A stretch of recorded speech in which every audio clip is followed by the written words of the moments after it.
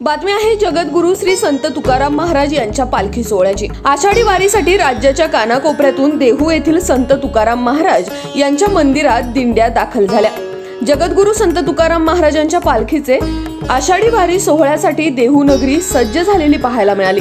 तसेच यंदा वारीमध्ये स्वच्छतेला महत्त्व दिले असून संपूर्ण देवनगरीमध्ये जवळपास 4,500हून अधिक पोलिसांची यंत्रणा सज्ज झालेली पाहायला मिळाली। पालखी सोहळ्याच्या प्रस्थानासाठी राज्याच्या कानाकोपऱ्यातून हजारोंच्या संख्येने भाविक देहू नगरीत आले। शनिवार दिनांक 10 जून 2023 रोजी संत तुकाराम महाराज यांच्या पालखीचे प्रस्थान दुपारी 2:15च्या सुमारास झाले।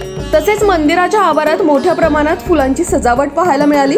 मानांच्या दिंड्या संत तुकाराम महाराजांच्या मंदिराच्या आवारात दाखल झालेले देखील पाहायला मिळाले। त्याचबरोबर पहिल्या दिवशी पालखीचा मुक्काम देहू येथील इनामदार वाड्यात होणार असून इनामदार वाड्यात देखील मोठ्या प्रमाणात सजावट करण्यात आली आहे। त्याचबरोबर प्रशासनाचे यंत्रणा सज्ज झालेली पाहायला मिळाली। हजारोंच्या संख्येत भाविक व वारकरी भक्तिगीतात वाहून गेलेले पाहायला मिळाले।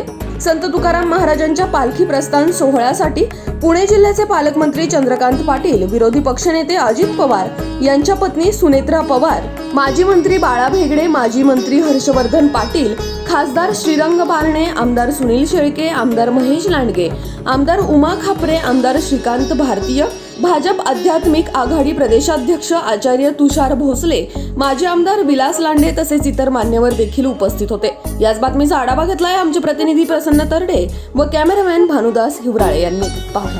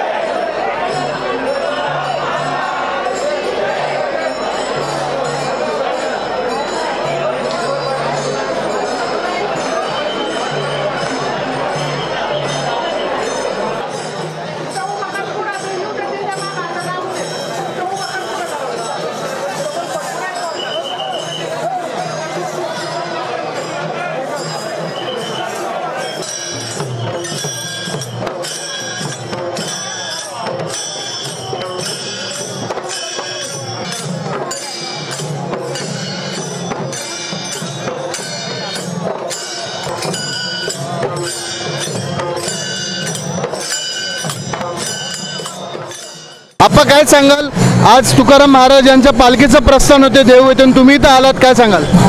जगद्गुरु संत तुकाराम महाराजांचं पालखी प्रस्थान होते। सगळ्या वारकऱ्यांना भक्तांना मनस्वी शुभेच्छा देतो। इथनं पंढरपूरला वारीचं प्रस्थान होत असताना जवळपास गेले 337 वर्ष हा पालखी सोहळा अखंडपणे चालू आहे। या पालखी सोहळ्यामध्ये यामध्ये सहभागी होणाऱ्या सगळ्यांना मनस्वी धन्यवाद देतो। आपण उद्या भक्तिशक्ती चौकामध्ये पालखीचं आगमन होत असतं, पिंपरी चिंचवड महानगरपालिका स्वागत करत असते आणि प्रत्येक वर्षी विविध पक्ष असतील ते देखील स्वागत करतात। शिवसेनेकडनं काय नियोजन आहे? दरवर्षी आम्ही आलेल्या भक्तांचं स्वागत करतो आणि अतिशय भक्तिभावाने आलेल्या भक्तांचं स्वागत करतो। वारकरी संप्रदायाचा वसा जपण्याचं काम आणि वारसा जपण्याचं काम वारकरी भक्त करतात, त्यांना मनस्वी शुभेच्छा व्यक्त करतो। खूप खूप धन्यवाद। आपल्यासोबत माजी मंत्री हर्षवर्धन पाटील आहेत, आपण त्यांच्याशी बातचीत करणार आहोत। पाटील साहेब, काय सांगाल, आज तुकाराम महाराजांच्या पालखीचं प्रस्थान होते, तुम्ही देहूमध्ये दाखल झालात, काय सांगाल? दरवर्षी सालाबादप्रमाणे आम्ही सर्वजण पालखी प्रस्थानासाठी या ठिकाणी येत असतो। अतिशय आनंदाच्या वातावरणामध्ये आज पालखी प्रस्थानाची सुरुवात झालेली आहे। माननीय पालकमंत्र्यांच्या हस्ते ह्याची महापूजा झालेली आहे। त्यानंतर आता ह्या पादुका जगद्गुरु तुकाराम महाराजांच्या आज निघतील। उद्या ज्ञानेश्वर महाराज माऊलींच्या पादुका पालखी निघेल आणि आनंदाच्या वातावरणामध्ये हा सोहळा व्हावा, दुष्काळाचं सावट नष्ट व्हावं, भरपूर पाऊस पडावा आणि सर्व राज्यातली जनता आनंदी राहावी एवढीच आमची प्रार्थना आहे। आजच्या सोहळ्याकडे कसं पाहताय? लाखोच्या संख्येने लोक देहूत दाखल झालेत, एकदम भक्तिमय वातावरण झाले, कसं पाहताय याच्याकडे? हे महाराष्ट्राचं एक वैभव आहे। वारकरी संप्रदाय संतांची भूमी हे महाराष्ट्राचं फार मोठं वर्षानुवर्षाचं एक वैभव आहे आणि ती परंपरा कायमच चालू राहते, या गर्दीवरून लक्षात येईल आपल्याला। सकाळच्या वातावरणामध्ये आपण बघत आहात की अतिशय लोकांची गर्दी आहे, उत्साहाचं वातावरण आहे.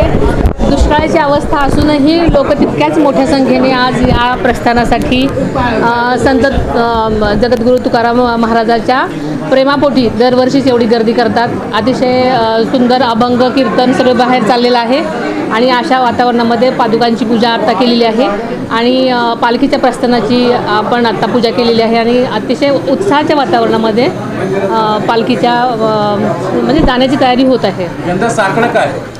आपण दरवर्षीच पावसासाठीच साकडं करतोय. सगळे शेतकरी म्हणजे अगदी पावसासाठी चातकासारखे डोळे लावून बसलेला आहे. त्याची रानं तयार आहेत पण पाऊस नाही. जेव्हा पडायचा नव्हता तेव्हा पाऊस पडून गेलेला आहे. आता भयंकर गरम होतंय, तुम्ही सगळेच बघतात. मध्य प्रदेशवरून थेट देहू इथे अनुशयानंद माता आलेत, आपण त्यांच्याशी बातचीत करणार आहोत. माऊली, काय सांगाल, आज तुम्ही देहू इथे तुकाराम महाराज यांचं पालखीचं प्रस्थान होतं, या ठिकाणी तुम्ही आलात, कसं वाटतंय? आत्ताच माझ्याकडनं मध्य प्रदेशमध्ये नर्मदा मैयाचं परिक्रमा घडली. तिचं जल घेऊन मी आले होते, कारण नर्मदा मैया आणि माऊली यांचा मिलापच खूप अमाप आहे आणि त्यामुळे आज पहिली स्त्री संन्यासी होण्याचं भाग्य मला मिळालं ते केवळ माझ्या गुरूंमुळे.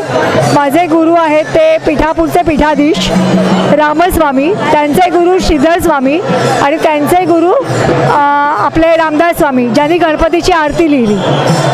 आपल्याला माहिती आहे की तुकाराम महाराज हे अत्यंत प्रेमळ होते आणि ते संसारात राहूनही त्यांना फक्त विठोबाशिवाय काहीही सुचत नव्हतं. तसंच ज्ञानोबा माऊली असे संत होते की ते असताना त्यांना कोणीही हिणावलं होतं पण ज्यांच्या मुखातनं वेद म्हटले गेले. त्यामुळे अशा संतांच्या ठिकाणी मला येता आलं हे माझं भाग्य आहे. पीठापूरच्या पादुका आणि माझ्या भक्तगणांना घेऊन नर्मदेचं जल घेऊन मी आलेली आहे आणि या लवकरात लवकर पीठापूर संस्थानच्या पादुकाही आता पुण्यामध्ये येत आहेत. रथयात्रा आहे, सोलापूरपासून ते रथयात्रा सुरू होते. सोलापूर, कोल्हापूर, सातारा आणि तुमच्या पुण्यातही येते. पुढच्या आठवड्यात ज्यांना शक्य होईल त्यांनी पीठापूरच्या संस्थानच्या पादुकांचं दर्शन घ्यावं. आज देहू नगरीमध्ये एकदम असं मंगलमय आपण पाहू शकतो, भक्तिमय वातावरण आहे, कसं पाहताय? खूपच अप्रतिम आहे. म्हणजे इतके वर्ष मी येऊ शकले नाही पण आज मला इथून हलावंसं वाटत नाही. जमलं तर प्रदक्षिणा घालायला मी असेल.